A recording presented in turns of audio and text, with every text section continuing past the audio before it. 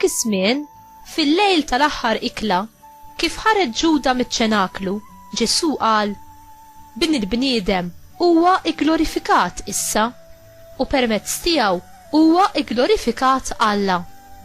Jekk Alla huwa igglorifikat permezz ta' bin il-bniedem, Alla wkoll permezz tiegħu innifsu għad jigglorifika lilu u dalwaqt jigglorifikah.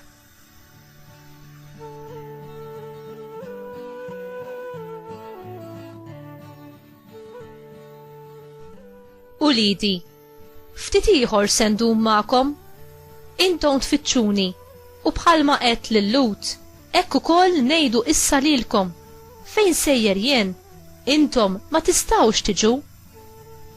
Natikom kmandament ġdid li tħobbu lil xulxin. Bħalma ħabbejtkom jien, hekk ukoll ħobbu intom lil xulxin. Min dan jaraf kulħadd li intom dixxipli tiegħi, jiġifieri jekk ikollkom l-imħabba bejnietkom.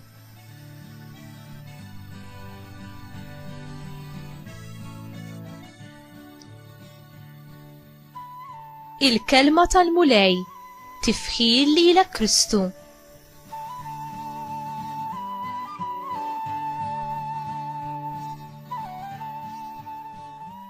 Alla kif juri il-glorja tiegħu lejna.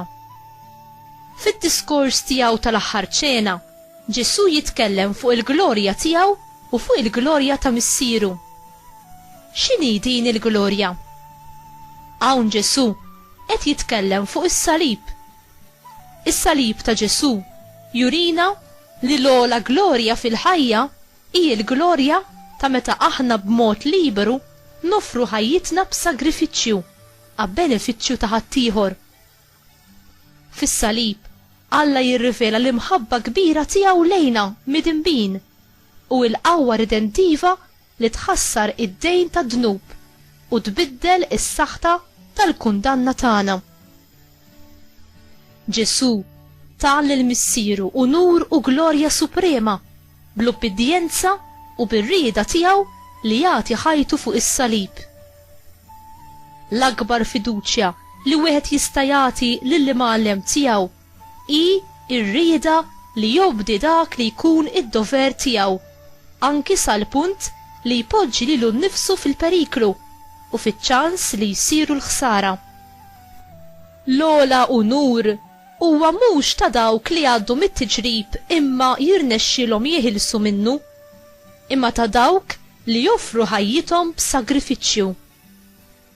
Ġesu ukoll jitkellem fuq il-missier li jigglorifika lill-Ibnu permezz tal-misteru l-kbir tal-inkarnazzjoni u tas-salib. Alla l-missier tagħna lill-uniku iben tiegħu biex jifdina mill-iskjavitu tad-dnub u tal-mewt. U bil-beltà offrinna lill-Ibnu b'sagrifiċċju ta' tpattija għad-dnubiet tagħna u għal dawk tad-dinja kollha.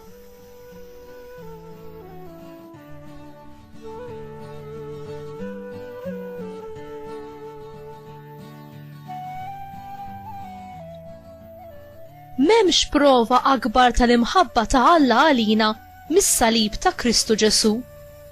Fis-salib naraw l-imħabba b'mod ġdid, imħabba li mhijiex egoista, imħabba li lesta tissakrifika kollox, li taħfer u li turi tiba u ħnina aktar milli nistgħu nifhmu.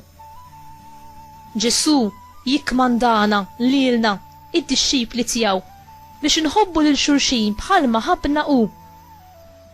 Kif nistgħu nħobbu lil xulxin mingħajr egoiżmu, b'imħabba b'sagrifiċċju u bil-ħniena? Bir-rebħa tas-salib u l-qawmien, aħna għandna aċċess għal grazzja u l-ħniena ta' Alla. Alla jagħtina ħajja ġdida permezz tad-don tal-Ispirtu Santu li jimla l-qalbna bil-fidi, bit-tama u bl-imħabba. Fil-waqt li nduru lejn Alla b'fiduċja u b'ubbidjenza, hu jittrasforma lil qlubna u jagħmilna ħielsa biex inkun nistgħu nħobbu lil xulxin b'tiba, biħnina u b'ġentilezza qaddisa.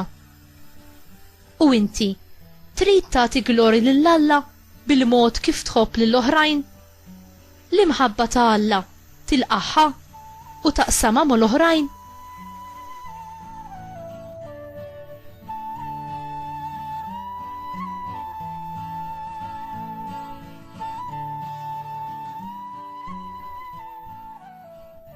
Mulej Ġisu, l-imħabba tiegħek ma tafx limiti u l-ubbidjenza tiegħek lejn il-Missier tbiddel is-saħta tad-diżubbidjenza tagħna. Għamel li jiena nagħti glorja lilek bis-sagrifiċċju tar-rieda tiegħi għar-rieda tal-Missier u bl-imħabba u l-ħniena tiegħi lejn l-oħrajn, kemm lejn dawk li jittrattawni sewwa kif ukoll lejn dawk li jikkawżaw li uċieħ u weġġat. Ħelwa Marija, Om twajba tiegħi, għallimni nibqa' nħobb kif int u ibnek tħobbu lilna u nippersevera f'din l-imħabba sal-aħħar kif inti tibqa' tħobbna anke meta nikkawżawlek dulur fil-qalb tiegħek bidnubietna. Amen.